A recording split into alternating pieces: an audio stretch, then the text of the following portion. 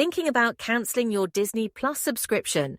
Whether you're cutting back on expenses or just taking a break, I'll guide you through the process step by step. First, open the Disney Plus app on your phone.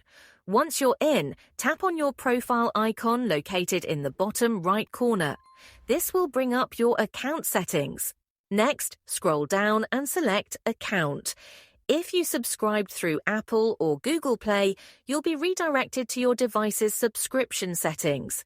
Simply follow the prompts there. Otherwise, tap Manage Subscription inside the Disney Plus app. Here you'll see your current plan details, including your next billing date.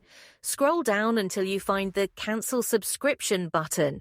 Tap it, and Disney will ask if you're sure. Just confirm your choice and follow the final steps. Keep in mind that even after cancelling, you'll still have access to Disney Plus until the end of your current billing cycle. If you ever want to resubscribe, you can do so through the same settings. You've successfully cancelled your Disney Plus subscription. If this guide helped, hit the like button and subscribe for more easy-to-follow tech tutorials. Thanks for watching, and I'll see you in the next one.